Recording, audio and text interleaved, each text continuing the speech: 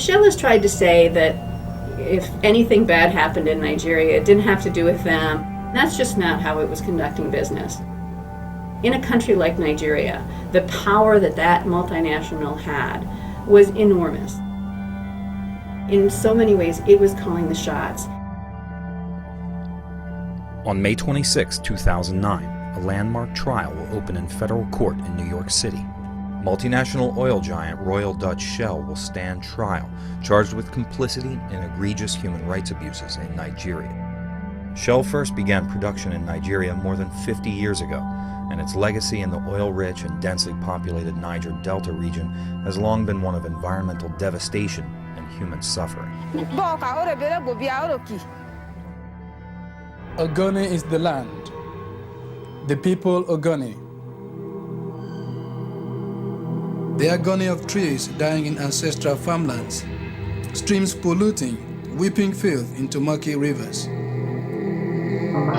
It is the poisoned air causing the luckless lungs of dying children.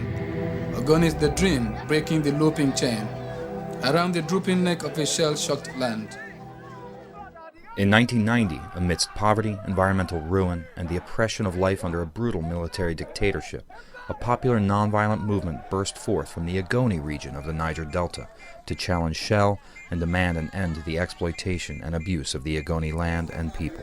The United Nations recognizes the rights of all the world's indigenous people. Indigenous people have been cheated through laws such as are operated in Nigeria today. Through political marginalization, they have driven certain people to death. In recovering the money that has been stolen from us, I do not want any blood spilt. Not of an Ogoni man, not of any strangers amongst us. We are going to demand our rights peacefully, non-violently, and we shall win. Ken Saro-Wiwa was an acclaimed writer, environmental activist, and leader of the movement for the survival of the Ogoni people, or MOSOP. And on behalf of the movement for the survival of the Ogoni people, MOSOP, I say, welcome to our shell-shocked land. On January 4, 1993, an estimated 300,000 Ogoni, a staggering 3/5 of the population, joined a massive protest march to mark the beginning of the UN's International Year of the World's Indigenous People. MOSOP called it Ogoni Day. We want freedom! The Ogoni environmental justice and human rights movement was growing fast, but Shell executives' alarm about the impact of this movement was growing just as quickly. Shell became determined to see this opposition stamped out. Shell partnered with the brutal Nigerian military government to suppress the popular movement of the Ogoni people. On multiple occasions, Shell paid the Nigerian military. They requested the Nigerian military, knowing that it was a brutal force, and that force committed horrific acts of violence against civilians who were peacefully protesting.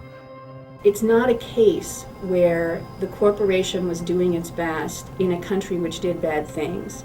The company and the military dictatorship were working hand in hand. In one incident in which Shell faces charges, soldiers requested by and escorting Shell shot and killed Webari Nana in the Ogoni village of Koro Koro, and afterwards Shell paid the soldiers and praised them for their so-called restraint. Webari's brother James is a plaintiff in the lawsuit.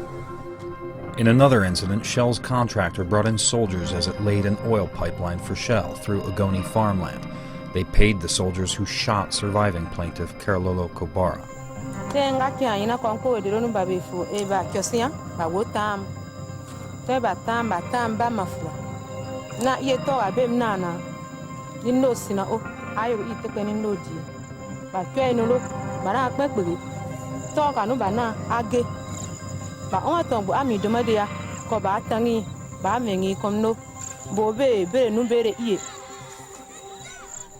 By the summer of 1993, the Nigerian military was waging a brutal campaign of violence to suppress the Ogoni.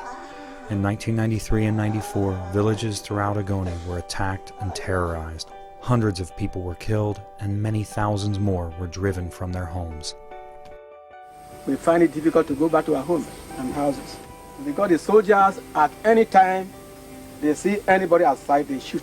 It was a dark time in Ogoni, but MOSOP continued its organizing efforts, and Ken Saro-Wiwa worked to raise global awareness and rally support for the Ogoni cause around the world.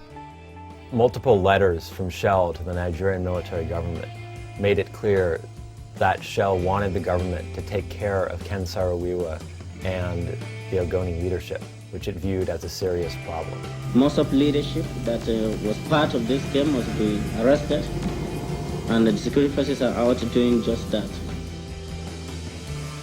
The Nigerian military finally found justification to arrest Saro-Wiwa and the MOSOP leaders when 4 prominent Ogoni chiefs were tragically killed in an incident many suspect was orchestrated by the military itself. His alleged crime? Arranging the murder of 4 of his closest associates during a mob riot on the 21st of May last year. Barely 5 hours after those horrific lynchings, my father was arrested. He was held in leg irons, tortured, and denied access to family, friends, and legal counsel. After 9 months of this treatment, he was finally charged and brought before a special military tribunal. My father's real crime has been to organize the successful and non-violent struggle against the exploitation of Nigeria's Ogoni people and lands by Shell Oil Company and the Nigerian government.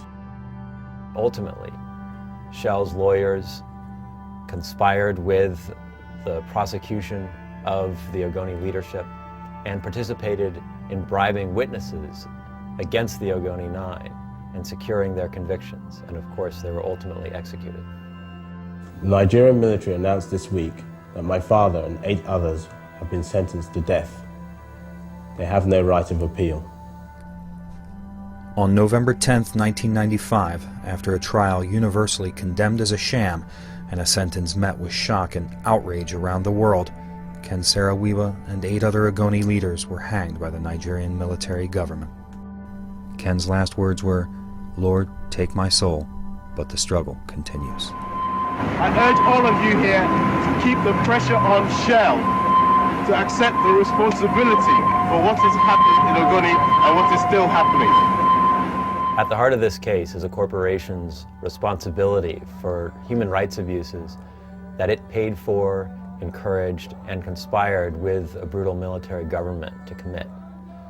This government was Shell's partner in its oil operations, and all of these human rights abuses accrued to Shell's benefit in suppressing dissent against Shell's operations.